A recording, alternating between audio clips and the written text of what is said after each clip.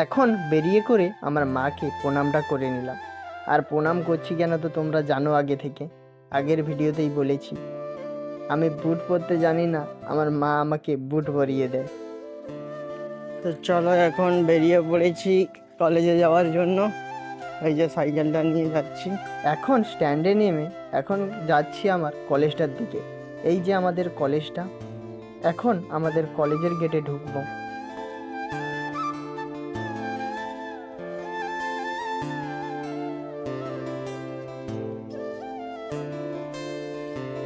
এখন আমি যাচ্ছি আমাদের রুমের দিকে, আর আমার রুমটা ছিল দোতলায়, তার জন্য যাচ্ছি।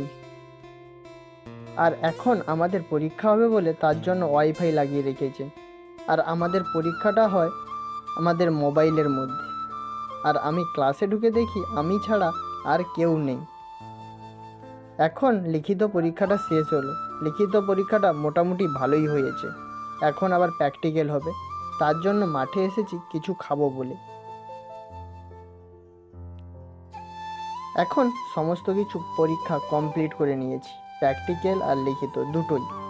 এই কলেজ গেট থেকে বেরোলাম, পরীক্ষা মোটামুটি ভালোই হয়েছে। তো পরের ব্লকের জন্য রেডি থাকো, পারলে একটা লাইক করে দিয়ে লাইক